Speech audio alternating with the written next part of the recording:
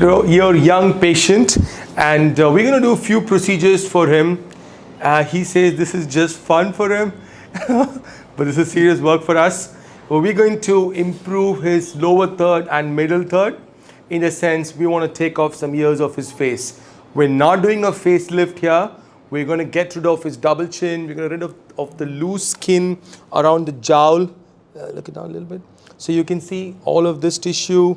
We're going to take care of this. We're going to take care of that. And also a little bit in the middle third. We're going to reduce this grooving, take off this little back fat, a bag of fat on the blepharoplasty lower eyelid. So the plan is to do work around the chin, increase the height, remove this fat, stretch the muscles and the bone, improve the jowl also on both the sides, do a minimal augmentation to tighten the muscles here. At the same time, remove the fat pads, both the sides of the blepharoplasty, a minimalistic one, little work on the alar base and the grooves on the nasolabial region, and to give him a little bit more protrusion or projection on the cheekbone. So a bit of mala prominence, a bit of work on the grooves, on the eyelids, eye bags. He's also desirous of me to take care of this, which I have not promised him a lot, but we're going to reduce that a little bit. But the main essence is to augment the middle third and the lower third, to make the grooves, to make the creases, to get rid of loose tissues and skin. Now, what we can technically do is probably going to take him down 10, 15 years back in terms of the tightness, in terms of the fullness, in terms of the fact that the grooves will be reduced, the depressions and the scars and the wrinkles will be reduced. So that's the plan. We're going to be first doing a nasal intubation and then working on the lower third of the face, and then switched over to oral intubation while we take care of the middle third of the face. That's the plan. I think it's probably going to take us about 3.5 to 4 hours. Thank you.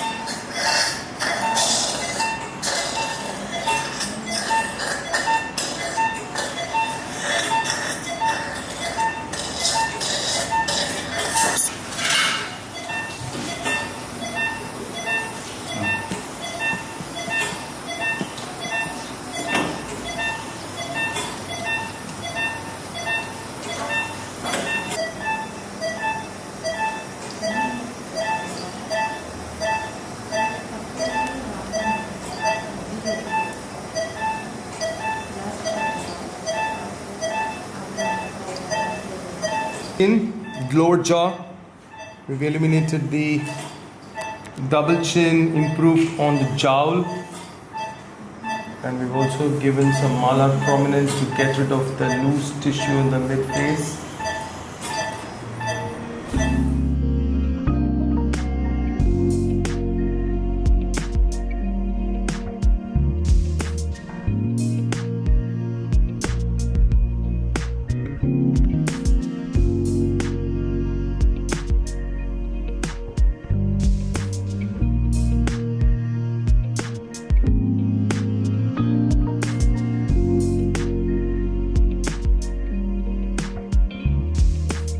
Hello everyone, we are here at Richardson's Hospital.